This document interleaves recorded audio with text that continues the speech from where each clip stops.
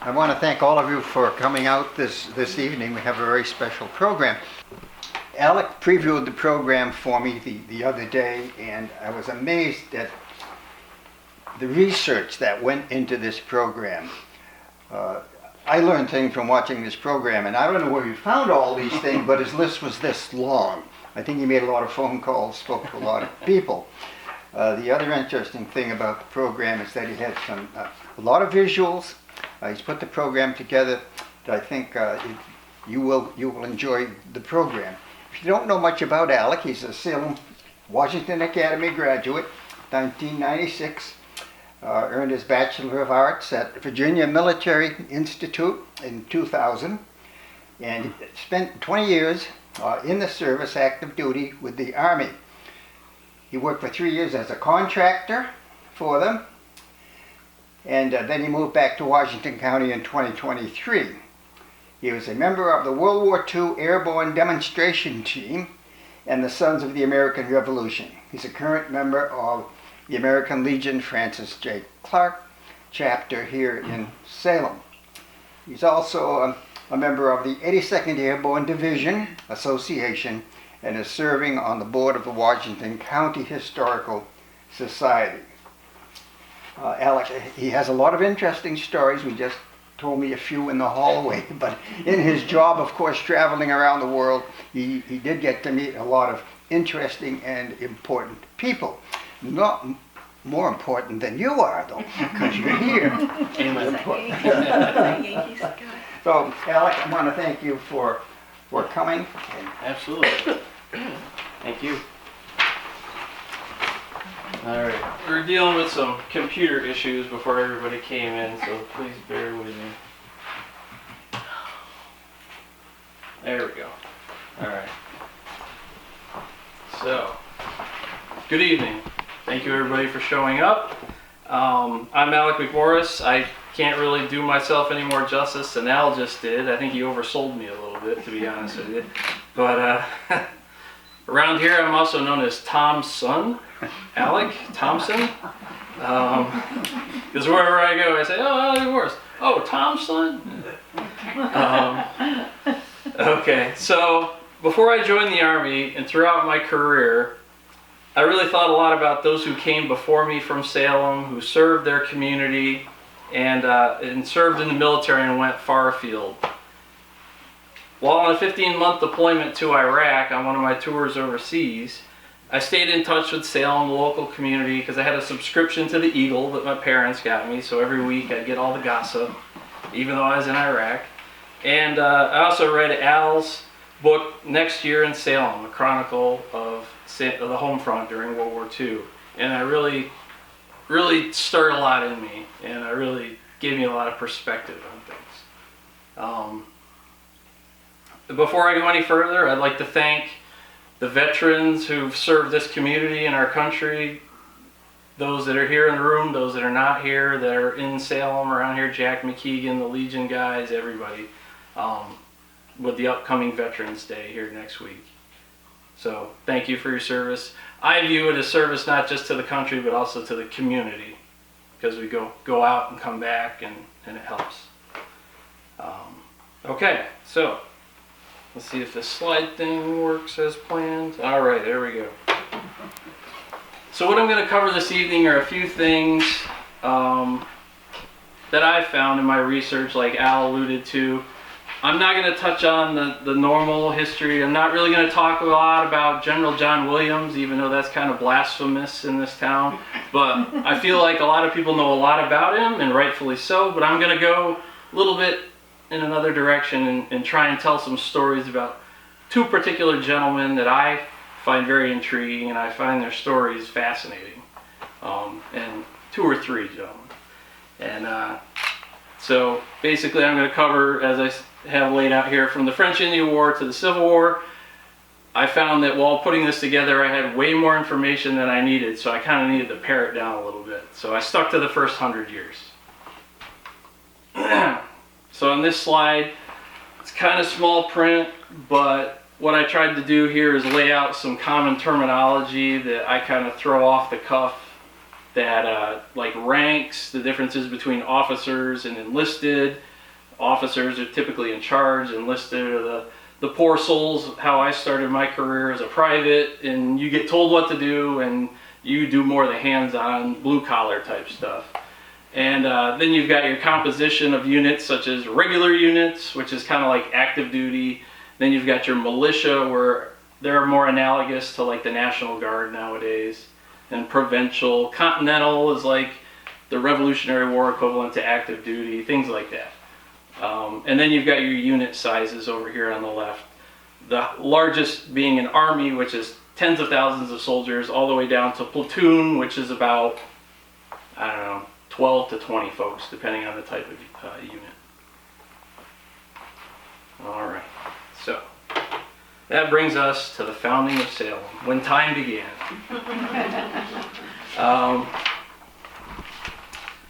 So a little bit of history about the French and Indian War. Started over rights to land in the Ohio River Valley. Oddly, it was started by George Washington. He was on a diplomatic mission and fired on a French contingent with their Indian allies and started a global war known as the 7 Years' War. I'm tending to oversimplify a little bit. But during the 7 Years' War, one of the major theaters of warfare was the Champlain Valley. And in the Champlain Valley campaign, of course, you had the French coming down from Quebec and Montreal and the British coming up from Albany. And that's where we've got all our battles of Fort William Henry, Fort Ticonderoga Siege, 1 and 2, successful, not successful, Crown Point, on and on. So the founders of Salem, who came from Pelham, the specific faction of the New Englanders as we know them, were in the Pelham militia. And they were sent, I found in the Pelham history book, that they were sent up to Fort William Henry during the siege when the French were sieging the fort. In particular, James Turner, I'm not 100% sure that Hamilton McAllister was, because in the book it says 2/3 of the list of the roster of men was destroyed. So they only had the one page, and luckily James Turner was on it as being a member of that military unit. And then the guy that I find extremely interesting, not that that's not interesting, is Joshua Conkey. I found him in a roster by a gentleman named Bert Loescher, who did an amazing amount of research on Rogers Rangers. Joshua Conkey was a sergeant in Rogers Rangers during the French-Indian War and was engaged in combat, right along with John Stark, and Conkey was actually in Robert Rogers' own company in Rogers Rangers. So definitely knew him, saw him every day most likely. Extremely interesting. And then I put a little diagram to show it only takes about 43 hours to walk from Pelham, Mass to Fort Edward, where they were dispatched to. So quite a feat back in the day. Here I've kind of laid out the battle in which Joshua Conkey was actually captured during the French-Indian War. So in March of 1758, the Rangers, who were tasked with reconnaissance all throughout Lake George, Champlain area, were on a long-range reconnaissance mission up towards Ticonderoga to sort of feel out where the French forces were, where they could attack possibly. And they found a contingent of the French coming down Trout Brook. So they laid in a hasty ambush, the Rangers did, and fired on that first contingent of French in the creek. But what they didn't know, there were about 100 to 150 French behind them, and they came and engaged the Rangers, and they got into a pitched battle. Long story short, Rogers Rangers started retreating back down. I mean, this was all the way up almost in Ticonderoga, and this down here is Fort William Henry for scale on this tiny map. So this is where the legend of Rogers Rock comes in, where they were chasing him and then they see him on Lake George and they don't know if he jumped off the rock or whatever. But the long and the short of it is Joshua Conkey was captured during this engagement, and the French brought him back to Canada, and he was in captivity for a long period of time. And this is an entry from Bert Loescher's history about two Salem men, or two men related to Salem. Talks about Joshua Conkey and David McCracken. And David McCracken was the brother of Joseph McCracken, who I'll talk about later in the Revolutionary War in Salem. But he was actually in Captain Stark's company, who later became General Stark of the Battle of Bennington fame. And he was actually an officer in Robert Rogers' Rangers during the French-Indian War, which I attribute, and can't be really disputed, that that's where he learned the importance of intelligence, reconnaissance, knowing your enemy's strengths and weaknesses. It carried through his successes, almost exclusive successes in the Revolutionary War. But unfortunately, David McCracken was never seen again by the British or his family after he was captured at the Battle on Snowshoes in 1758. They thought he was captured. His parents tried to ransom him, which is a typical thing in the day, exchange money to get your prisoner back, but he was never heard from again. Joshua Conkey, on the other hand, he was actually exchanged, and he was put on a British ship that was exchanging prisoners, bringing the French up and getting British prisoners in return. And it went to England. It was the HMS Essex.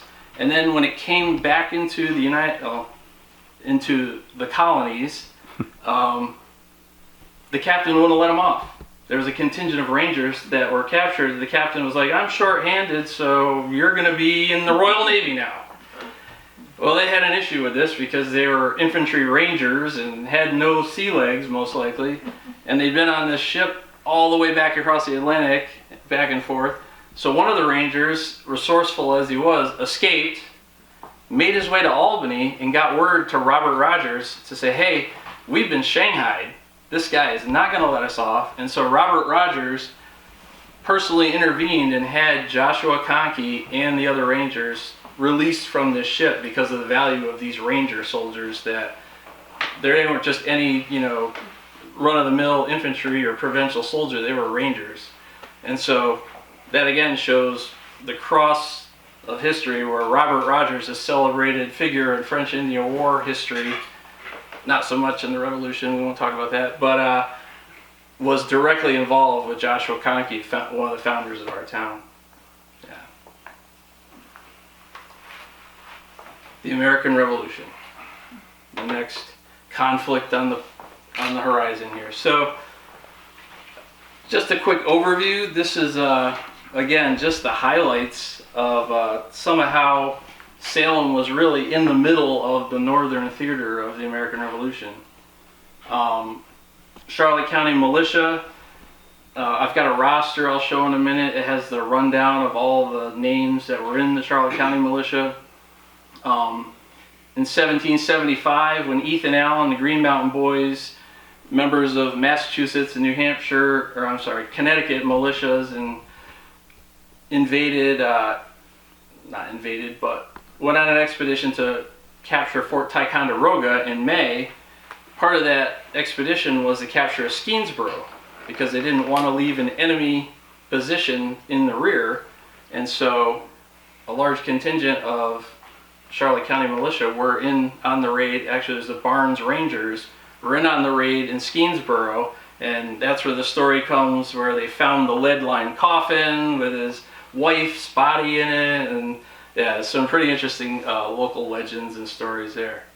The Paulet expedition came later. That was after 1777, where they went back up and freed some prisoners out of Ticonderoga after Burgoyne had retaken it. Fort Salem and White Creek Fort. I'll get a little bit more into that in a minute. But there were Indian raids in Salem itself, and an actual firing combat conflict happened here on the ground in Salem in 1777. And I'll touch on that in a minute. And then and that led directly to other things, such as the Jane McCrae mass killing, which had strategic implications. General Gates, General Washington wrote about it. It rallied a lot of the militia units in this area to Saratoga, because it infuriated people that this innocent woman, which was highly propagandized, of course, but to good effect, they all flocked to Saratoga, and it's looked on as a very large contributing factor to the success at Saratoga, one of many. And then And then, of course, we got the Saratoga campaign, which are coming up on the 250th here in 2 years, which includes, of course, the Battle of what I like to call Walloomsac, but also known as Bennington, along the Walloomsac River in Walloomsac, New York. And then, interesting story about Colonel Webster, who was a Charlotte County militia leader, and he had a unit on the east side of the Hudson River, just across the river from Schuylerville, at the time known as Saratoga. Now they saw a position across the river that looked like it wasn't being defended, and they thought to themselves, okay, we can get across this ford. About where Route 29 is, there was a ford there. That's why they built the bridge. So they forded the river and attacked this position.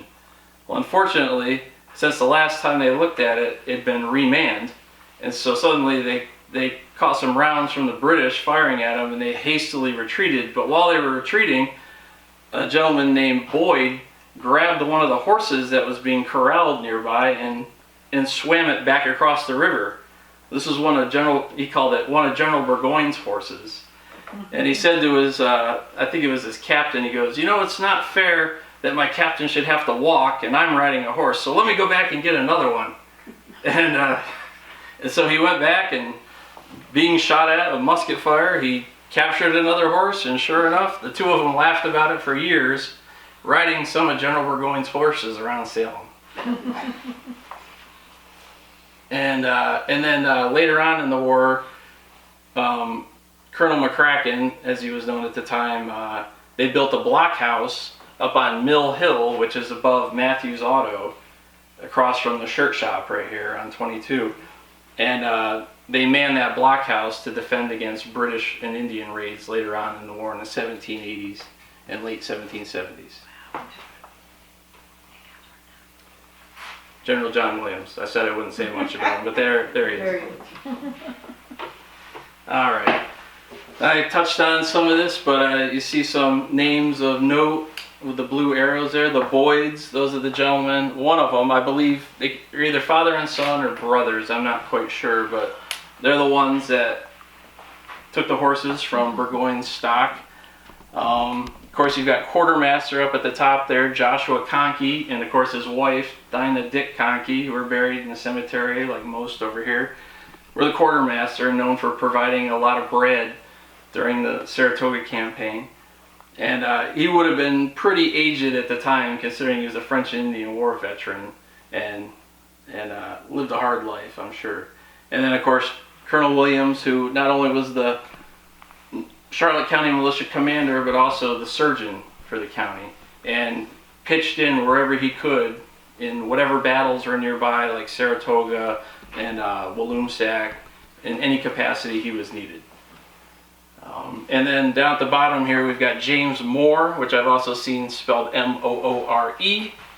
And there's a story to come for him about the Battle of Walloomsac or Bennington. So I like to put a lot of words on here that you can't read in the far back, so I can just make things up as I go. No, these are the sources that I found online.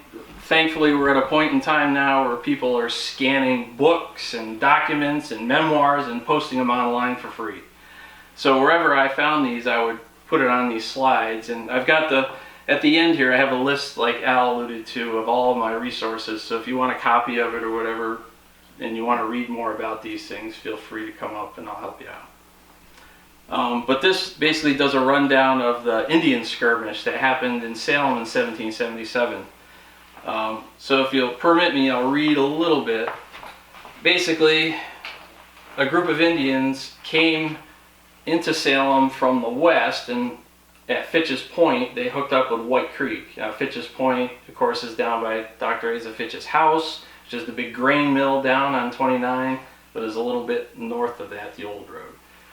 So they followed White Creek to come into town, and they said, and it gets a little nebulous in here, and who knows how long after the event that it was taken down, but about 1.5 miles into the town line, it said, a group of local militia were on a patrol, and they detected the Indians, so they went to a hillside south of the creek and fired on the Indian raiding party.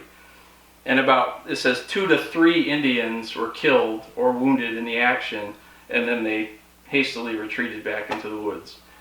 Now, for context, these were one of the raiding parties that Burgoyne had unleashed on northern New York. When they were at Crown Point, they did a big fireside hoopla motivational speech where Burgoyne trumped up the Indians and got them all fired up and basically said, go attack the American rebels and, you know, take scalps and pillage the land and keep all that you can pillage. And so he really fired them up, and his intent was to instill fear, but it had the exact opposite effect. It steeled the defense and the rebel spirit, I guess you could say, of the Americans in the area. They were appalled that the British, who were supposed to be protecting them, would unleash one of the biggest terrors of colonial America, which was the natives, the vindictive natives, which rightfully so, but they unleashed them on the colonial settlers, and yeah, it had the intended effect, was not achieved. So, anyways, I digress. So this attack was directly linked to the Allen family massacre in Argyle, which happened around the same time, and James McCrae being killed, because it's purported by sources at the time that the ferocity of the Allen family massacre came because the Indians were highly upset that they had 3 or 4 killed here in Salem. So it was a chain of events that kind of ratcheted things up and ended up escalating to the James McCrae strategic implications. So I always find that very interesting as well. It happened right here in Salem.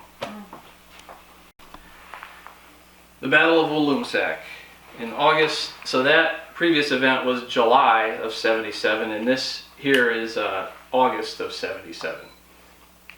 Just to kind of set the stage, I've got a couple stories here, but General Burgoyne basically he retraced the French invasion, except he got further. He came down Champlain, he took Crown Point, he took Ticonderoga, he took Fort Edward, he took Fort Anne, and then he kept moving. And so once he got to about Fort Miller, he detached Lieutenant Colonel Baum of he wasn't a Hessian, he was a Brunswicker, but he was from the German Principality of Brunswick, just like the Hessians.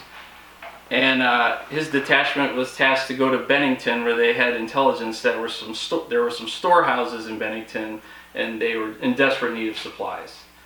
Well-known story, especially in this area. So at the time, in Salem, after the Indian raid, a lot of people packed up and they either went into the stockade fort or they went back to Pelham, quite frankly. A lot of them went back to Pelham because they knew they were further away from the British invasion, so they'd probably be safe, and they just kind of left their property. And then the Tories in town came through and burned a lot of it, looted a lot of it, stole a lot of it, etc.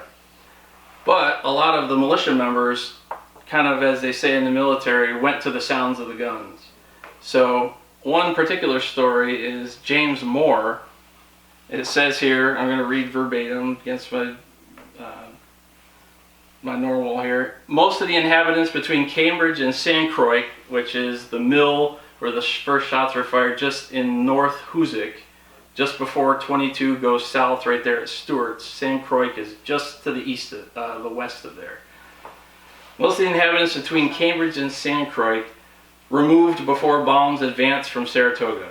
Many of the men returned to gather their harvest or join the army, irrespective of company or regiment. David Younglove, who was from where Crystal and I now live, down in White Creek, David Younglove, a member of the 16th New York Regiment, was the first to notify the Patriot Army of bombs near approach. Then, within a few miles of St. Croix Mill. On the morning of August 14th, while some of Baum's officers were standing on the porch of the Van Rensselaer House in St. Croix, James Moore of the Charlotte County Militia, New York Regiment, fired the first shot at Baum's troops, his rifle ball passing through the body of an officer and through the door behind him. This was Moore's second exploit, he having shot the Indian mentioned in Baum's letter written from the mill at St. Croix to General Burgoyne. New York had at least made a good start in repelling the invaders. And this was in the 1905 Proceedings of the New York State Historical Association. And I believe James Moore was actually from Hebron or Black Creek at the time, but he was in the Charlotte County Militia, and according to this source, fired the first round, which is very interesting. And then, being that Bennington was the way it was, we all know about General Stark, of course, the Green Mountain Boys under Colonel Warner, but besides those large moving pieces, Colonel Herrick with the Vermont Rangers, there were also a lot of like pickup teams that filtered down to the battle area. And so there were unincorporated or extra units that just were gathered from folks who grabbed the musket off their mantle and went to the battlefield to fight. I'm not part of a unit, but I just want to take part. And so part of that was also the Charlotte County Militia, because in that same source from 1905, later on it talks about a dispatch to General Williams that says, if it is possible that the second battle was begun and fought in part by the body of New Yorkers under the command of General John Williams. And then the dispatch. The state of Vermont, in Council of Safety, August 16, 1777, to Colonel John Williams. Sir, you will proceed with your party toward the lines, and if the enemy should retreat, you will repair to the road leading from St. Croix to Hoosick. And if you make any discovery, report this to council. At the same time, you are to pay proper attention to the road leading from Hoosick to Pownell. So that was basically saying, giving orders to Colonel Williams at the time to put a blocking position, as we call it now, right there around Stewart's on Route 22 to keep any retreating Hessians or Brunswickers like Bremen and any remaining troops under Baum from going south towards Pownell, because the ultimate goal of the American forces was to keep them out of Vermont. That's why Stark came, that's why the Massachusetts militia came, to keep them out of Vermont. So if they were going to try and flank through Pownell, they wanted to make sure it was stopped, and they ordered Williams to stop them. Now, it never turned into an engagement because they didn't go that way, so it's not often talked about. So, on a rainy, cold day, I decided I was going to find out where the Van Rensselaer house is, because I'd never read this story before, and I found it intriguing. Since living in White Creek, I've really leaned into Battle of Walloomsac, Bennington history. So I took the source and I did some distances on Google Maps, and I looked at some real estate sites that give the date of the house and when it was built about, and I see Sally laughing. and I figured out that this house right here, 2230 State Route 22, Eagle Bridge, is about the distance from where the bridge was at St. Croix Mill that James Moore fired around and shot a British officer on the front porch. And I went back there this August and walked it, parked my car over on Tilford Road, and walked over, and sure enough, that front door is like 90 degrees to where someone would be standing with a rifle at the bridge at St. Croix. So it's extremely conceivable that that is the exact house built in 1770 that was Colonel Van Rensselaer, one of the Rensselaer family's house in St. Croix. And that area is ancient. It goes back to 1668 Dutch settlements in the Walloomsac patent. So a lot of history in that area. So, and this is another account basically that talks about the old stout Irishman, James Moore is called in this account, which I find quite funny. But it corroborates and gives a little more detail to that story. All right, moving on to Major Joseph McCracken. Now, he's referred to by multiple ranks by me in this presentation for a reason, because he came into the Continental Army as a captain. He was promoted to a major in the Continental Army, and then at one point he resigned and went into the Charlotte County Militia. In the militia, he was made a lieutenant colonel. So you'll often hear interchangeably at times Colonel McCracken, Major McCracken, Captain McCracken. Just depends on the time period and the unit that he was in at the time. I had never really run across Colonel McCracken very often until a number of years ago. But I find it interesting that Judge James Gibson, who of course is a huge historian for local history in this area, stated in a publication that the life of Colonel Joseph McCracken was so intertwined with the rise and progress of Salem that it cannot be fairly written separately. He was an integral part of the town for over 50 years. Now this isn't him, but this is a depiction by Don Triani of a staff officer in the Continental Army. So that's what he would have looked like as far as his manner of dress and uniform in the Continental Army. But this is his actual signature from when he was Commandant of Fort Edward. He was tasked with garrisoning Fort Edward after before 77, with a detachment from the Continental Army. And then in the Continental Army roster here, they have a quick rundown of the units that he was in his service during the war, which I'll touch on some more. Now, he was so involved in events in the Revolutionary War, this is just the highlights. And this isn't even all of the highlights. But he was at Ticonderoga with the Green Mountain Boys in May of 1775. He was a close personal friend of Robert Cochrane, who, if you've ever been up 153, you'll see a marker just on the Vermont side of the line that says Robert Cochrane, Green Mountain Boy, Colonel. He's got his own very amazing story, but he was close personal friends with him, and Cochrane was one of the first into Ticonderoga with Ethan Allen and Arnold. I believe, through not reading McCracken's name and anything, that he was in the second group that wasn't able to fit on the boats because they weren't able to get enough boats, if you know the story, for the push across from Hans Cove in Vermont over to Ticonderoga. But they landed about, I believe it was 80 folks in the first push and took the fort. But we know he was in the area because he was on rosters at Ticonderoga and Crown Point immediately after it was captured. And he actually was commissioned in the 2nd New York Continental Army, which was Colonel Van Schack's regiment of Van Schack Island down near Waterford. On June 28th, 1775, just a month and a half after the invasion or the capture of Ticonderoga, America's first victory.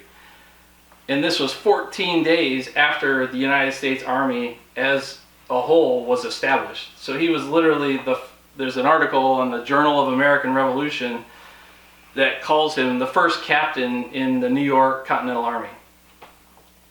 So that's pretty impressive. His unit was involved in the invasion of Canada. I've got a roster here and a couple slides that it gives a breakdown of where his unit was stationed. It was kind of broken up and garrisoned. And he was severely wounded at the Battle of Monmouth, and that kind of ended his Continental Army time. He was with Colonel Van Schack in New Jersey. Following the winter at Valley Forge, he was at Valley Forge in 77, and that next summer, during the campaign season, they pursued the British retreat back to New York and attacked them at Monmouth, and he was severely wounded by losing an arm to cannon fire. Now there's different accounts. One says the wind of a cannon took his arm off. That's not really physically possible. Another says he was leaning on his arm after being injured and his arm was blown away, and various accounts. One of the accounts is his son's pension record, and another account is his own. But Colonel Williams was also at the Battle of Monmouth, and he actually was able to they found him after a prolonged period of time. They found Colonel McCracken wounded on the battlefield, and he was able to save his life by amputating his arm. So inevitably it was mangled quite badly, but he was credited with saving his life. So amazing to think two Salem guys down in New Jersey helping each other out. And then on and on. The Continental Army, when he resigned, so he was put onto staff after he was wounded because he's got one arm, so not exactly super combat effective, but they put him into a staff job where he could help in other facilities in the Continental Army. And they actually promoted him to major retroactively to the date when he was wounded because of his valor and his merit. They didn't have awards like Bronze Stars and things like that, so they would promote you for merit. So while he was at West Point, holding down the fort, if you will, he decided that for whatever reason, it was better served to resign from the Continental Army, probably got bored most likely, and went back to Salem, and that's when he transitioned into more civic duties.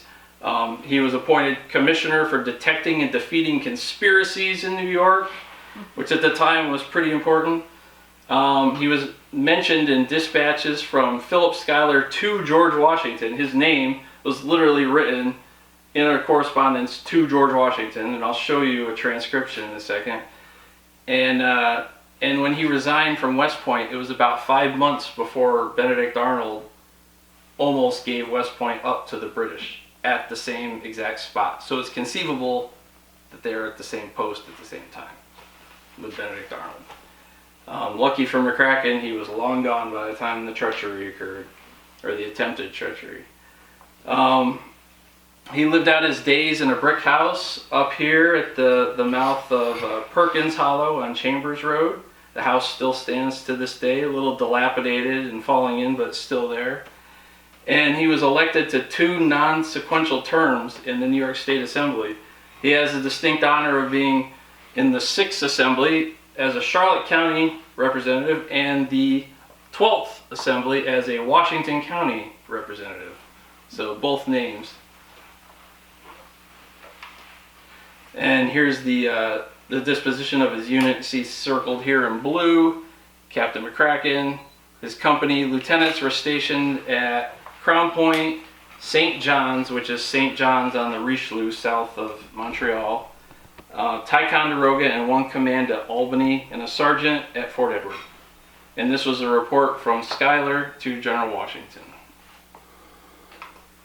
And then my favorite document of the entire brief here tonight is to George Washington, as I mentioned, from Philip Schuyler, May 1781.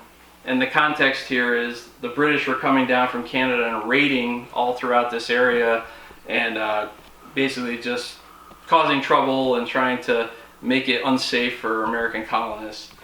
And it says, of the state troops raised for the defense of the frontier, only about 45 have yet appeared.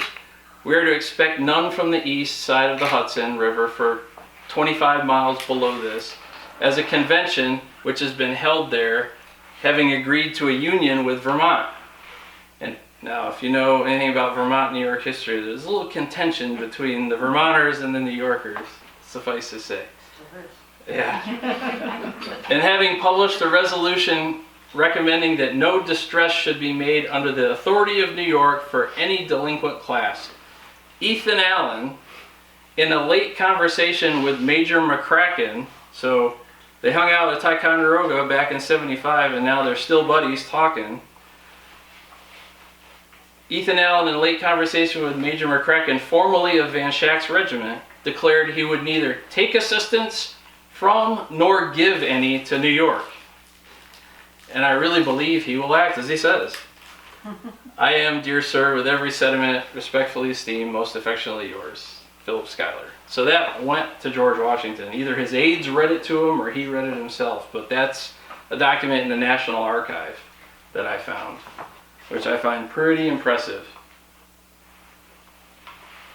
And then, of course, this is Colonel McCracken's house today. I believe Crystal took this picture up on Chambers Road, and the yellow star right there. There's McKeegan Lane and 153. It's just on the banks of White Creek right here. It used to be the Beatty Farm, I believe. Now on to Shays' Rebellion. So, thankfully, Dr. Stephen Butts, recently doctored, had put out a really excellent book about Shays' Rebellion. I really was interested in this as a kid. I listened to stories of my grandfather who used to hunt up on Egg Mountain, talk about the Lost Village and how they all died of the plague, and no one really knew what happened or who lived there, and this shed light on it. A little bit of background, basically, Daniel Shays was a Continental Army captain. He fought from Bunker Hill all the way through the war and was honored with a sword from Lafayette, but was a Berkshire's farmer, simple farmer from western Massachusetts.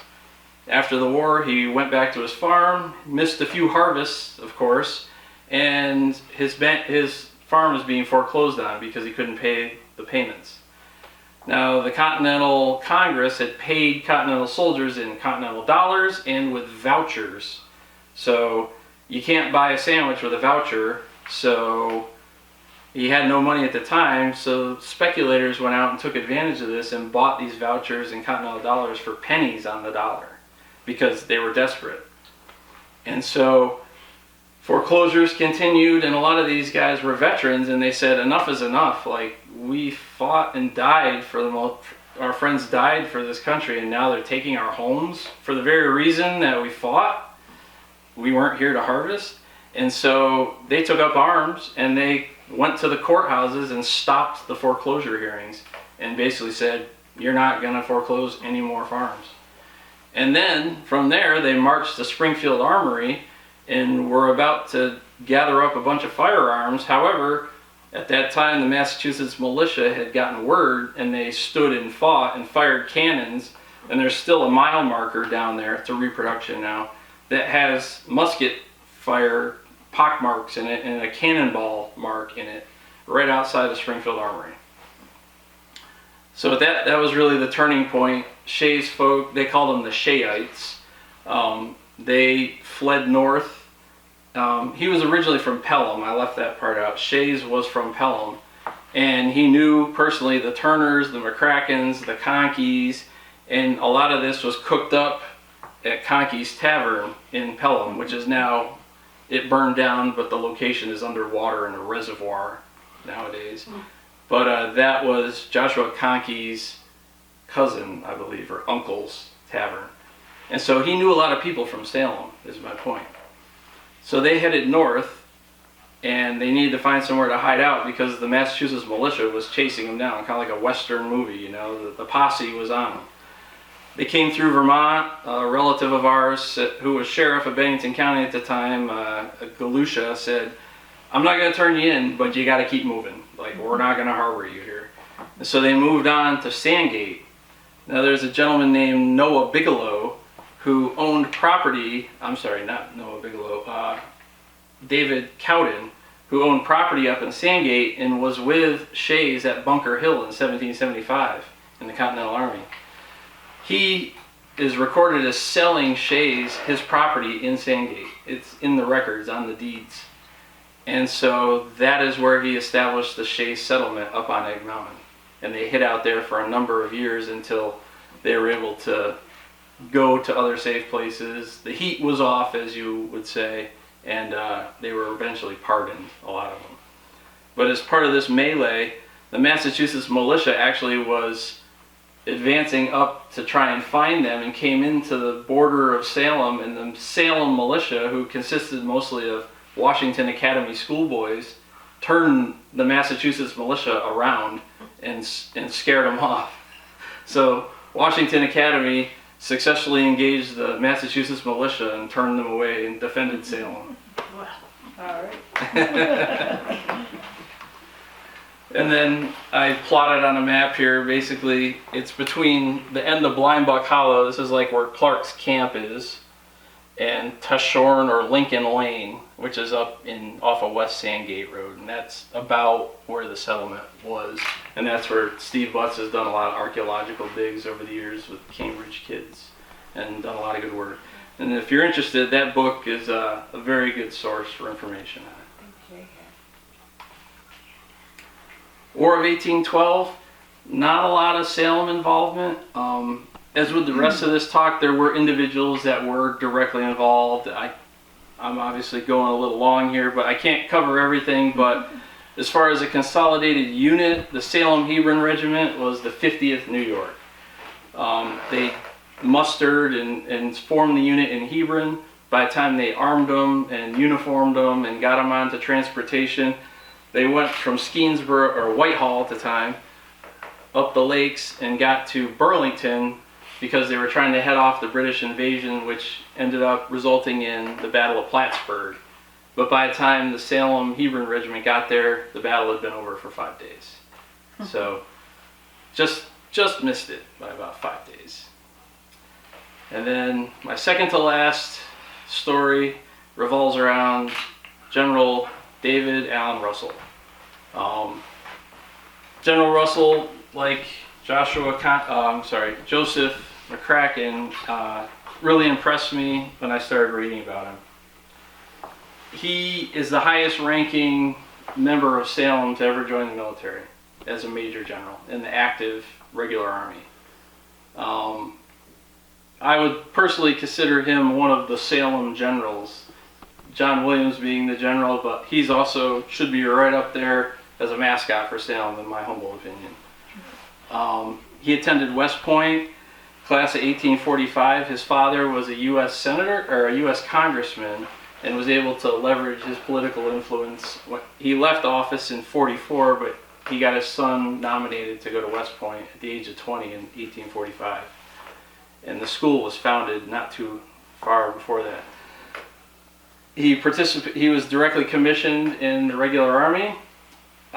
Funny story, he was assigned to a post in Wisconsin. He rode out there over 1,000 miles to report as a brand new second lieutenant, just to find that the post was deserted after many, many days of riding. So he was able to glean where the heck they went somehow and rode another 700 miles to Kansas and hooked up with his unit at their current post. In the meantime, they thought he'd gone AWOL because they expected him on such and such a day and such a time, but West Point was never informed that the unit had left and gone 2 states south or whatever. So he entered the Army with quite a adventure at the very beginning. He was in the Mexican-American War, the battles of Paso Huevos and Cerro Gordo. He fought alongside he was under Zachary Taylor, who was a future U.S. president and a general in the Mexican-American War. And he was cited for valor in the Mexican-American War, had a couple of horses shot out from under him on the battlefield. Significant stuff. In the Pacific Northwest, at his next assignment, he was involved in a couple of conflicts I really never even heard of, to be frank. The Yakima War and the Rogue River War. One was in Oregon and the other was in Washington State. There was a siege of the city of Seattle, which was a little tiny garrison post at the time, like some really bloody Indian wars up there in the Pacific Northwest. And he actually was very, very successful in negotiating with the Indians, with working with them, and not just, your atypical, like, trying to wipe them out kind of thing, but he was actually very diplomatic, and he learned a lot from these first assignments in the Mexican-American War and in the Pacific Northwest for his later service in the Civil War. So here's a list of the campaigns and battles that he was involved in the Civil War. Of note, you see he was at Gettysburg, Chancellorsville, the Battle of the Rappahannock Station. I'll have a slide on that in a second. And the Third Battle of Winchester, of course. War began, his unit was assigned to Washington, D.C. to defend it against the Confederates, because at the time, Bull Run, the Confederate Army was very successful, and they were afraid they were going to break right into Washington, D.C. and take out the capital. So they went there, and at that time, if you were regular Army and he was a captain at the time, he sought out a command. So he actually found a command with a Massachusetts regiment and was made their colonel, because that's how it worked back in the day. But a lot of the colonels, like Colonel McDougal, was a lawyer before the war kicked off, and he hadn't been to West Point. He had very little military experience, but he led his regiment to good effect throughout the war. But General Russell actually was a storied, very experienced combat soldier at the time. I was able to find this article in Harper's Weekly. And so this guy right here in the engraving, assumedly, is General Russell, Colonel Russell at the time. And he was very successful in leading his troops. They had to cross a river, and the Confederate forces were on the other side of the river embankment and dug in. He is credited with personally being on the first boat across, being the first person on the other side, and physically led the charge to take the positions of the Confederates. And not only took them, but routed them, captured a number of enemy soldiers, and pushed them back. And this was a task that General Sedgwick, who at the time was in command, thought was near impossible. Some say that he would have won the medal, or would have been awarded the Medal of Honor for this if he had been a little more politically connected. But General Russell seemed to be more of a down-home, sort of blue-collar sort of commander, where he was more concerned with his troops than he was with his superiors and impressing them, which, in my humble opinion, is the way you should be. But yeah, quite a story. And this is in 1863. So pretty early in the war. After a number of other campaigns, unfortunately he met his demise at the Battle of Winchester. But in true form, General Russell was promoted to acting division commander at the time.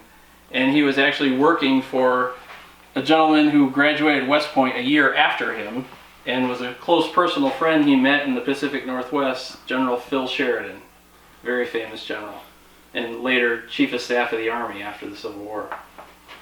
So he, as acting division commander, he saw that there was a gap in the lines, and personally took his horse and went over to the position and tried to rally the troops to plug the hole. And at the time, a shell airburst above him, and a piece of shrapnel killed him almost instantly. His opposite number in the Confederate Army oddly had almost the exact same thing happen. Division commander, VMI graduate, was killed by artillery fire. So that just gives you an indication of the veracity and the violence and the bloodiness of this battle. General Patton's grandfather was also killed at this battle, leading an ineffective charge as well in a different part of the battlefield. But fortunately, Crystal and I were able to visit here, and there's actually a placard on the battlefield that talks about General Russell near the spot where he was killed. And here is his obituary written at the time, and of course his grave up in the Evergreen Cemetery.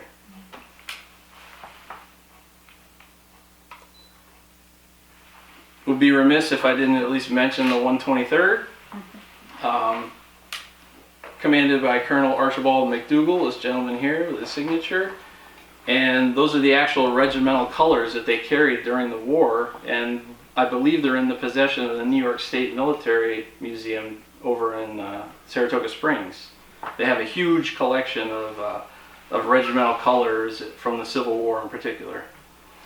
This is a list of all the campaigns that the 123rd was involved in. And of course you had companies from all the different towns, the Hebron, Hartford company, Salem was kind of mixed in with 2 or 3 different companies, Shushan, but really a very community effort. 123rd has been well talked about, well researched. There's a great book by Sergeant Morehouse all about the 123rd. And we were fortunate enough to be able to visit Clio, the statue on Culp's Hill in Gettysburg, that I believe money was raised to fix it because the hand had fallen off and the community, the nose had fallen off. That's right. And local community here had rallied together and paid to have it fixed. And it looks like it's brand new right now. And it has the different towns all around it. Salem is right on the stone. It's very cool. And Colonel McDougall was also killed. He died of his wounds after leading his men at the Battle of Dallas down in Georgia. I forgot to mention that. But he caught some shrapnel in his leg and it became gangrenous, and while he was in a hospital he passed away. So there were actually 2 other commanders in the 123rd as the colonel of the regiment before the war ended. But they were, as many of you may know, they were mustered right here. As folks enlisted and signed up, they were brought over to Vale Street, over by Kevin Payne's house and the Gotham Tissue Warehouse, and that's where their camp was. And then when they got the entire regiment formed, they got right onto the march down to to the railhead here and got on the trains, and they shipped them out to Washington, D.C. And finally, I promise I'll stop talking after this slide. This is the first Medal of Honor recipient from Salem. I didn't have any knowledge of Sergeant Harris Smith Hawthorne until I was at the county historian, or the Historical Society building one day. There's a plaque on the wall that has all the Medal of Honor recipients from Washington County on it.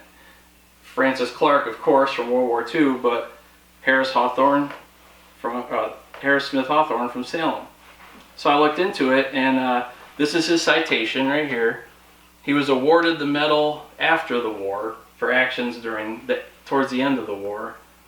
Basically, it boils down to he captured this gentleman right here, Major General Washington Custis Lee, whose father he's standing on the foot of right here, Robert E. Lee, is Robert E. Lee's son, who was a general in the Confederate Army. So at the Battle of Sailor's Creek, supposedly this one Union soldier came up and tried to capture him, and Lee shot him and killed him. He was on horseback. Another soldier came up and said, "Surrender, I've got the drop on you, like now." And he said, "I'm not going to surrender to you, you're just a private. Find someone my equal rank who's worthy of my surrender." So they found him, they took his pistol, they took his saber, they captured him, and they brought him to the rear. Now this guy was not Harris Smith Hawthorne. This was a David Dunnels White. Somewhere in the melee and the confusion that occurred at the Battle of Sailor's Creek, he escaped. And that's when Sergeant Hawthorne came into play. He captured him again. And he said, "Give me your weapons." And Lee at the time said, "I don't even have a jackknife," in his sworn statement. So it indicates that he was captured once previous because he didn't have any weapons on him. And so one thing led to another. This time the capture stuck. He ended up riding out the rest of the war in a prisoner of war camp, or in custody rather. And the war ended and everybody demobilized and went back to the regular lives. And Hawthorne was awarded the Medal of Honor in 1894. Now when the regiment of the first gentleman, Mr. White, read this, they had kind of an issue with it. They said, "How did he get it for capturing him? Because our guy in our regiment captured him." And so they filed a formal protest. And they said, "No, that's not right. Like, he captured him." Well, during that protest, the Secretary of War at the time said, "Okay, I concur. Hawthorne, give back your Medal of Honor." And Hawthorne said, "No." Fortunately for him, the Secretary of War did not have the authorization to rescind the award because it was given by Congress. It's the Congressional Medal of Honor. So the Secretary of War cannot rescind it. So he kept it. They did another review in 1911 because there were a huge number of Medals of Honor awarded during the Civil War. Some to civilians, some for re-enlisting. Like, there really was some abuse of the award system. And they rescinded a third of the medals were taken off and taken away. His stuck. They deemed it a worthy action for an award to be given. So now fast forward to 2011, and a descendant of Mr. White, also by the name of Mr. White, he filed a petition to the government once again saying my ancestor should rightly have the Medal of Honor. Went through the entire process. The appeal was looked at. The at the time Secretary of the Army denied it again because he said 1797 denied, 1911 denied, like nothing has changed. And his descendant wrote articles for the Army Times, wrote a book, was doing press interviews, like really full court pressing. And I can't blame the guy, to be honest with you. But the real interesting thing that happened is I was, while in the Army, stationed at the embassy in the United Arab Emirates in Abu Dhabi. So typically what happens is big wigs in the military will come overseas and visit troops and, do some good visits and morale boosting and stuff. The Sergeant Major of the Army came and visited, who's the highest ranking enlisted man. He's works directly with the Chief of Staff of the Army, a 4-star. And I was helping out by driving him back to Dubai, where he's going to catch a flight to go back to DC the next day with some other guys that I worked with. And he was telling all these stories. Really good guy. Sergeant Major Dan Daly is his name. Very good guy. Very personable. Telling stories about this, that, the other. Very interesting stuff. And he started talking about how they were reviewing all the awards for Iraq and Afghanistan and possibly upgrading a bunch. And then he got talking about this award for a guy appealed an award for a Civil War ancestor, and there was one guy that captured him, another guy that recaptured him, and I go, wait a minute, that guy's from my town.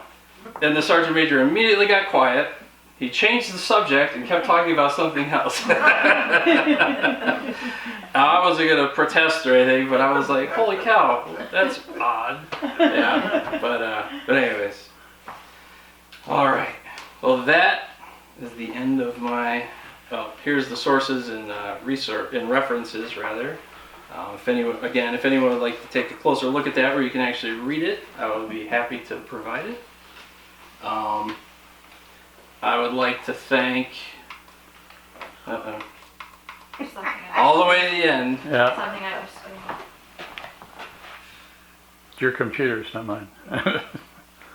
There we go. Oh, good night. Anyways. Oh, the best slide. Yeah. There you go. That's the best. All right. Well, thank you very much for your attention. I'd like to thank my wife, Crystal, for her patience and working with me in researching and rehearsing this last week and for months prior. I'd like to thank Al, Mr. Cormier. I'd like to thank you very much for hosting this and for your support and putting this together and your continued support of the community. And Dad, Tom, I'd like to thank you for your help and for fostering my love of local history. And finally, thank you for your interest and attention tonight in something that I hold near and dear to my heart and really enjoy sharing it with you guys. And hopefully you're as interested in it as I am.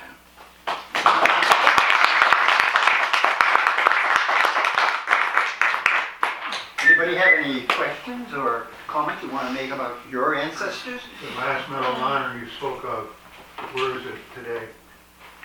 What's that? I'm sorry. Where is the Medal of Honor that Sergeant has one? The physical Medal of Honor, I'm not sure. I know that he is buried in Hoosick Falls. He's buried in the Maple Grove Cemetery, the same cemetery Grandma Moses is in.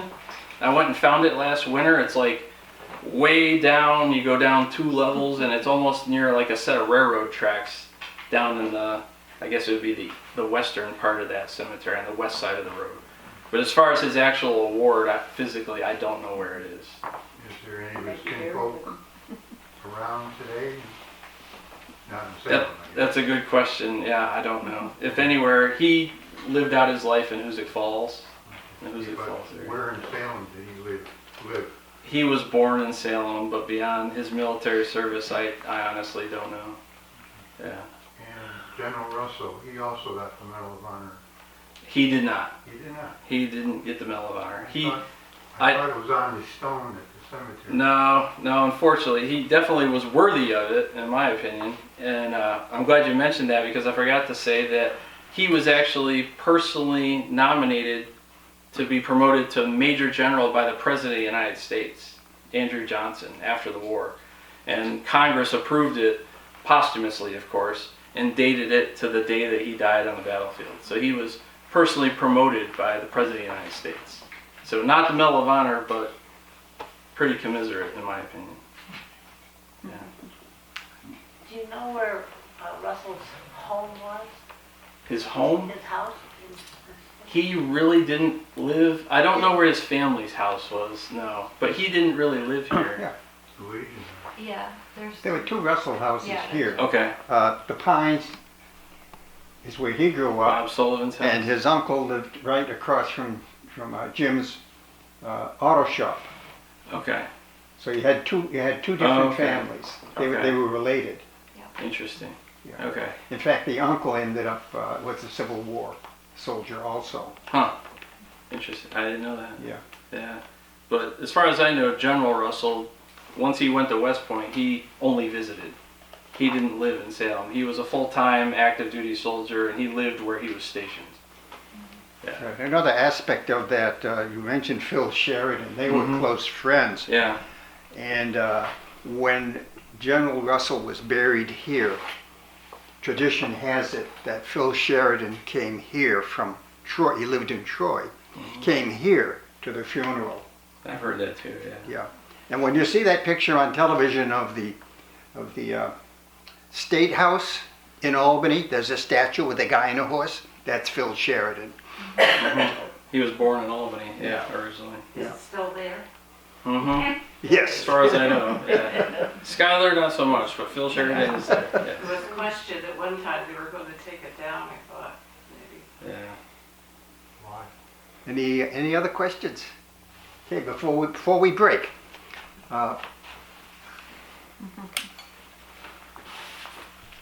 These are a couple of gifts from the Dr. Asa Fitch Historical Society. We thought you might like to have something. This is the anniversary Thank you very for the much. Declaration of Independence mug. Very cool. And I don't know if you have a copy of that or not. If you do, I'm going to give you another one Okay. anyway. And you can, Crystal has a copy, I don't. yeah, now he has his own. You better put your name on it. Thank And- you very much. And for years, too many years, because if I tell you how many years, you're going to know how old I am. Tom has given his time and expertise to film almost every historical event that we have had here in Salem, and he does a wonderful, wonderful job. So we have a mug for you also, Oh, boy. and we'll give you a book also. So again, I thank you, Thank you very Tom. much. Thank you, Alec. Thank Great you. program. Thank you. Appreciate it. Appreciate it.